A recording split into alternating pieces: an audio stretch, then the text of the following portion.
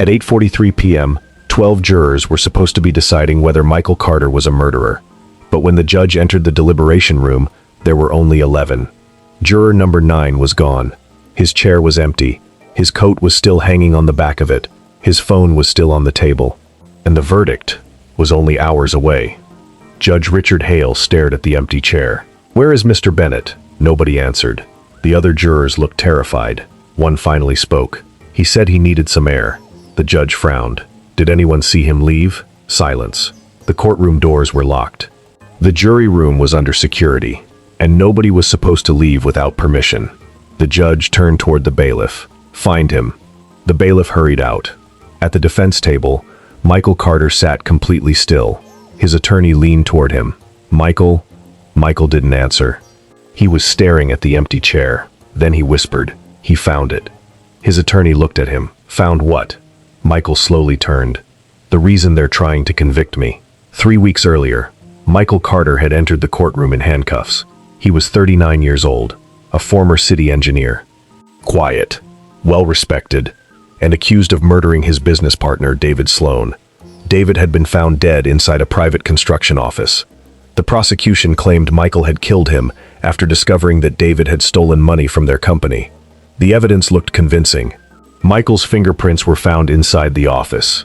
His vehicle had been recorded near the building. His bank account had received a large transfer, and the victim had sent a message to his attorney saying, "Michael knows what I did." The prosecution claimed those words proved Michael had a motive. Michael insisted the message had been misunderstood. He wasn't trying to expose David, he was trying to protect him. But nobody believed him. Not the newspapers, not the public, and apparently, not the jury. Prosecutor Evelyn Grant stood before the jury. She was calm, almost too calm. "Ladies and gentlemen," she held up a photograph. "This is the last place David Sloan was seen alive." The courtroom screen displayed the construction office. Then another photograph appeared. Michael's car. Then another. Michael's fingerprints. Then the bank transfer. One piece after another. The prosecutor turned toward Michael. "This wasn't an accident." She paused. "This wasn't self-defense." She looked at the jury. "This was calculated." Michael's attorney objected. The judge sustained the objection, but the damage was already done. Then Evelyn presented her strongest evidence. A security recording. At 9:17 p.m., Michael's car entered the building's parking garage. At 9:51, it left. David was discovered dead at 10:03. The timeline appeared perfect. Too perfect. But juror number 9, Daniel Bennett, wasn't watching Michael. He was watching the timestamp. His eyes narrowed. 9:17. 9:51. He wrote something on his notepad, then quietly circled one number. 9:34. Daniel Bennett was a retired high school science teacher. He wasn't emotional. He didn't argue. He simply asked questions. Lots of them. During deliberations, he repeatedly returned to the timeline. "How do we know the security system clock was accurate?" Another juror shrugged. "The police checked it." Daniel shook his head. "That's not what I asked." He opened his notebook. "The camera wasn't connected to the main building clock." The room went silent. "Then how do we know the timestamps match?" Nobody had an answer. Daniel requested the original security footage. The judge approved it. When the footage arrived, Daniel noticed something strange. Between 9:31 and 9:36, the recording jumped. 5 minutes were missing. The prosecutor had never mentioned it. Daniel leaned back. Why? Michael's attorney requested an emergency hearing. The prosecution insisted the missing footage was caused by a technical malfunction. But Daniel's question had already created doubt. The defense's technician examined the recording. His conclusion was shocking. The 5 minutes hadn't been lost. They had been removed. Someone had deliberately deleted them. The courtroom erupted. The prosecutor immediately objected. The judge ordered everyone to remain silent. Michael's attorney turned toward the prosecution. Who had access to the recording system? The investigator answered, "Building security." Who had the access code? The investigator hesitated, then looked at the prosecutor. 3 people. Who? David Sloan. Who else? Michael Carter. And? The investigator looked toward the courtroom doors. Detective Alan Brooks. Michael stared. Detective Brooks had been the lead investigator. He had discovered the fingerprints. He had found the financial transfer. He had arrested Michael, and suddenly, He was the third person who could have deleted the footage. The following morning, Judge Hale received something unexpected, a small evidence box. It had been delivered by court security. No sender, no explanation, only the judge's name. The courtroom was cleared. The judge opened it. Inside was a flash drive, a photograph, and a handwritten note. The note contained 6 words. Ask why David feared the jury. The judge stared at the message. Why would a murder victim fear a jury?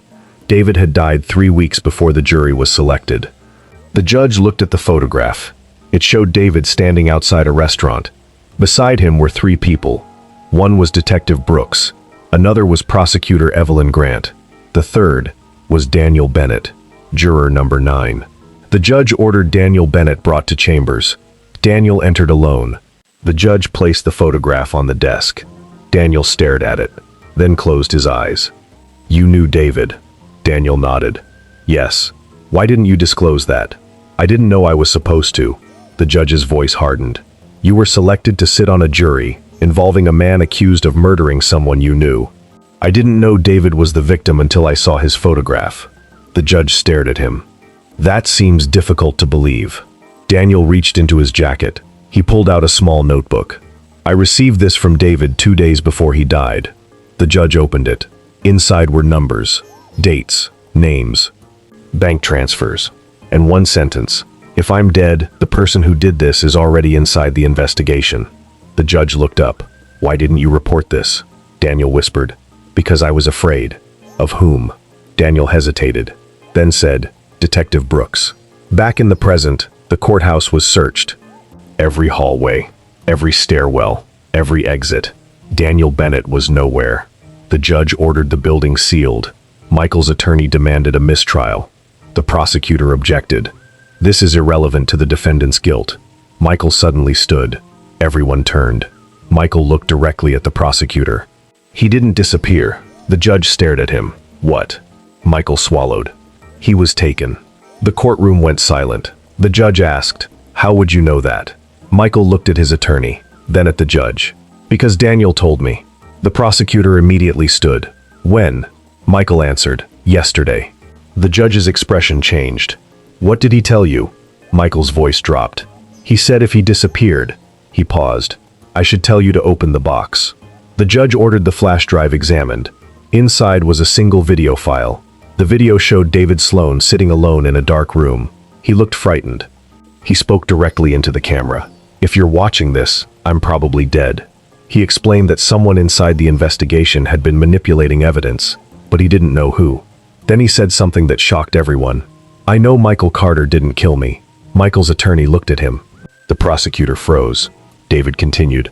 Michael thinks I stole money from the company, but I didn't. I moved the money because I discovered where it was going. He displayed a financial document. Millions of dollars had been transferred through shell companies, and every transfer eventually reached the same destination. A private security company. The company contracted with the police department, and one of its executives was Detective Alan Brooks. The courtroom erupted, but the recording wasn't finished. David leaned closer to the camera. The person controlling this operation isn't Brooks. He paused. Brooks is following orders. The screen went black. Investigators searched the financial records. One name appeared repeatedly. Marcus Vale, the chairman of the private security company. A powerful businessman, a major political donor, and one of the city's most respected community leaders. But there was another connection. Marcus Vale had funded the construction project where David and Michael worked. He had also hired Prosecutor Evelyn Grant's husband. The prosecutor insisted she had no knowledge of the financial relationship. The judge suspended the trial, but before anyone could leave, the courtroom doors opened. 2 federal investigators entered. Between them stood Detective Alan Brooks. His hands were restrained. He looked exhausted. The judge stared at him. What is happening? One investigator placed a folder on the judge's desk. Detective Brooks has agreed to cooperate. The courtroom fell silent. The judge opened the folder. Inside was a photograph. Marcus Vale, standing beside Daniel Bennett, and behind them, a courthouse security officer, the same officer who had delivered the evidence box. At 11:27 p.m., someone knocked on the courthouse doors. The security team opened them. Daniel Bennett walked inside. Alive, shaken, but alive. Everyone rushed toward him. The judge asked, "Where were you?" Daniel looked at Michael, then at the prosecutor.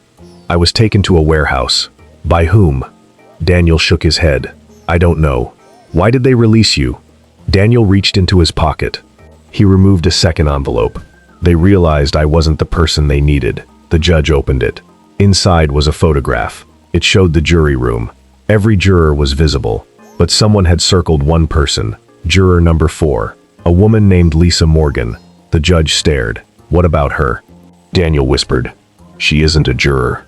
Everyone froze. "What?" Daniel pointed at the photograph. "She works for Marcus Vale." The judge immediately ordered Lisa Morgan detained, but she was already gone. The courthouse was locked down. Lisa Morgan was found outside the building. She was carrying a phone. On the phone was a message from Marcus Vale. Only 4 words. "Finish the verdict tonight." The judge stared at the screen.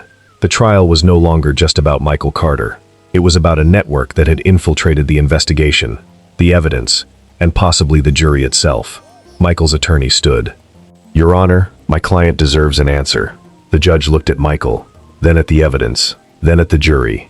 Finally he spoke. "Mr. Carter." Michael stood. "I am declaring a mistrial." The courtroom erupted, but Michael didn't celebrate. He looked toward Daniel. "Why did David choose you?" Daniel didn't answer. Instead, he walked toward Michael. He handed him David's notebook. Michael opened it. The final page contained a single sentence. Michael read it. His face changed. "What is it?" his attorney asked. Michael slowly looked toward the judge. David knew this would happen. "What?" Michael turned the notebook around. The final sentence read, "If Michael is ever put on trial, the person sitting in the judge's chair already knows why." Everyone looked at Judge Hale. The judge stood motionless. Michael stared at him. "Your Honor." The judge's expression hardened. "I don't know what you're implying." Michael shook his head. "You do."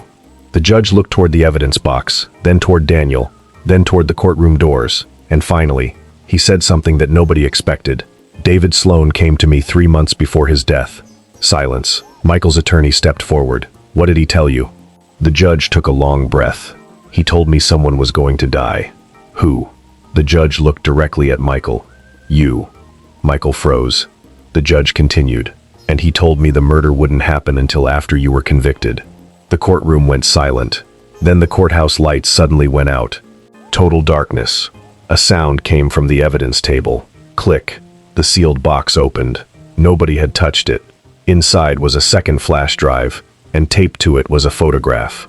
The judge picked it up. His face went pale, because the photograph showed him standing beside David Sloan. On the night David supposedly died, Michael stared at the photograph. "Your Honor." The judge didn't answer. The courtroom doors locked automatically, and from somewhere inside the dark building, a phone began ringing. Ring, ring, ring. Nobody moved. Then Daniel whispered, "That's David's phone." The judge looked at him. David's phone was destroyed. Daniel shook his head. "No." He pointed toward the ringing sound. "It wasn't." The phone rang again. The judge slowly walked toward it. He picked it up. Nobody spoke.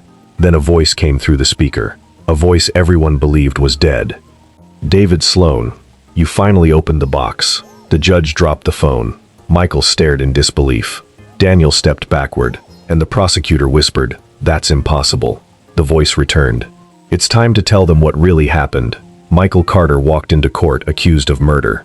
But the deeper the trial went, the more it became clear that someone had been controlling the evidence from the beginning.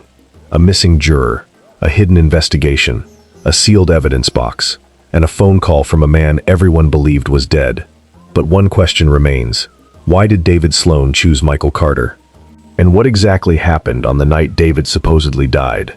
If you think you know who is behind the conspiracy, leave your theory in the comments, and subscribe to Verdict Horizon, because sometimes the person sitting closest to the truth is the one everyone trusts the most. Verdict Horizon. Every verdict hides a secret.